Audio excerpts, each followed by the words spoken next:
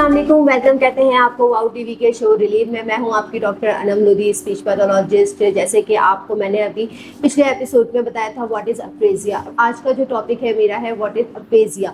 ये बहुत similar topics हैं, ठीक है। और ये जो डिसऑर्डर है अप्रेजिया में, जिस तरह मैंने लास्ट टॉपिक में आपको बताया था कि स्पीच में और लैंग्वेज में डिसऑर्डर होता है तो वो लोग बोलने और समझने में मुतासिर होते हैं। इसी तरीके से अफ्रेजिया जो पेशेंट्स होते हैं उनमें एक चीज़ सिमिलर है, लैंग्वेज डिसऑर्डर। मगर यहाँ पे अफ्रेजिया में ये चीज़ आती है कि उसके पास लैंग्वेज होती है, स्पीच भी होती है, मगर उसके आर्टिकुलेशंस जो हैं वो काम नहीं कर रहे होते, जिसकी वजह से ये डिसऑर्डर जो है वो फेस कर रहे होते हैं इस चीज़ को। यानी उनके पास वर्ड्स हैं, समझ भी आ रही है उन्हें, मगर वो बोल नहीं पा रहे, यानी अपनी आर्टिकुलेशंस के ज़रिए अल्फाज नहीं बना पा रहे, अल्फाज को अदा नहीं कर पा रहे।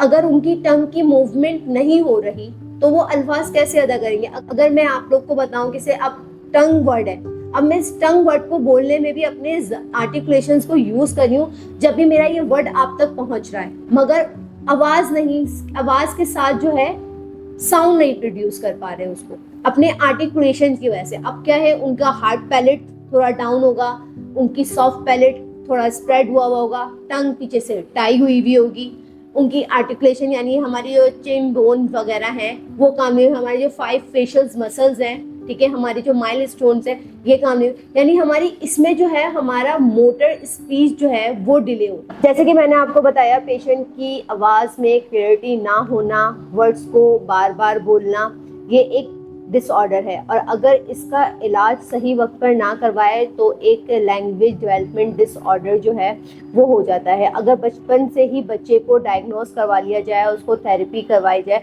तो ये अप्रेजिया जो है वो डील किया जा सकता है और उसको बोलने में, समझने में, बात करने में, वर्ड्स को अंडरस्टैंड करने में, लिखने में, पढ़ने में आसानी हो सके।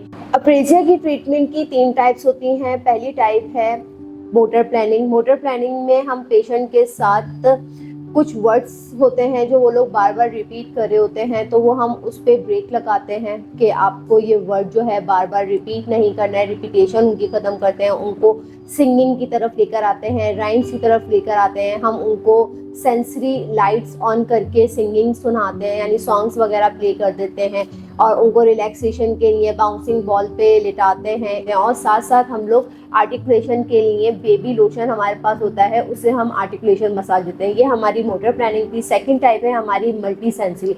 मल्टी सेंसरी में हम लोग ये करते हैं कि मुख्तलिफ किस्म के टेक्सचर्स हमारे पास होते हैं और उससे हम बच्चे को जो है टेक्सचर फील करवाते हैं कि ये हार्ड है, ये स्मूथ है, ये लाइट है, ये रफ है, इस तरह के टेक्सचर्स है। और फिर उनको फील करवाते हैं कि ये देखो, ये पेन है, ये हार्ड है, यहाँ से ये रफ आ रहा है, ये स्मूथ है, ये ऊपर हार्ड की तरफ जा रहा है, ये डाउन की तरफ जा रहा है। ये चीज़ें हम उनको फील करवाते हैं बच्चे को।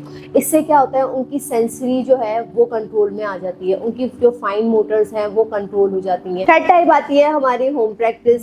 होम प्रैक्टिस में हम पेरेंट्स को जो है अवेयरनेस देते हैं और उनको ट्रेन करते हैं कि आपको अपने बच्चे को घर में किस तरह टैकल करना है, किस तरह उन्हें काम डाउन करवाना है, और किस तरह की ट्रेनिंग जो है आपको अपने बच्चे के साथ घर पर रखनी है। हर चीज़ की टेक्निक्स जो होती है वो हम पेरेंट्स को होम प्रैक्टिस में अवेयरनेस के तौर पे ट्रेन करते हैं। ये अप्रेजिया की ट्रीटमेंट जो है उसका कोई टाइम लिमिट नहीं है, वो लॉन्ग टाइम चलती है। और इसमें हम लोग पेशेंट को भी पहले तो हम समझाते हैं उसको कि आपका जो है ना ये वाला ट्रीटमेंट हम कर रहे हैं, इस तरह हम आपकी जो है मस्कुलर कोऑर्डिनेशंस पे काम करेंगे, फाइन मोटर्स पे काम करेंगे, मोटर्स स्किल लैंग्वेज पे काम करेंगे, और साथ साथ हम लोग उनके जो पेशेंट के साथ जो उनके वालिदैन आते हैं उनको भी हम आगाह करते हैं कि आप घर पर भी ये प्लान जो है, जो हमने प्लान बनाया है थेरेपी का, अप्रेजिया का, आप उसको फॉलो करें। इससे ये होता है कि बच्चे के अंदर जो है चेंजिंग आना, वालिदैन को भी फील होता है कि बच्चे के अंदर चेंजिंग आ रही है,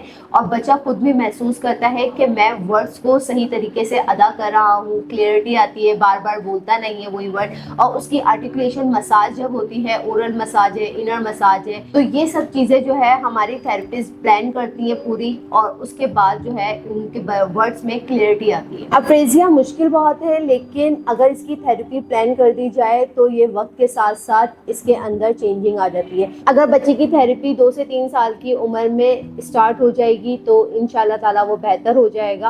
वक्त ज़रूर लगता है लेकिन कोई भी चीज़ नामुमकिन नहीं है। उम्मीद करती हूँ कि आपको इस वीडियो से बहुत सारी इंफॉर्मेशन हासिल हुई होगी। तेरा ये वाओ टीवी के शो रिलीव में स्पीच थेरेपी सेशन हर जुम्मा रात 8 बजे।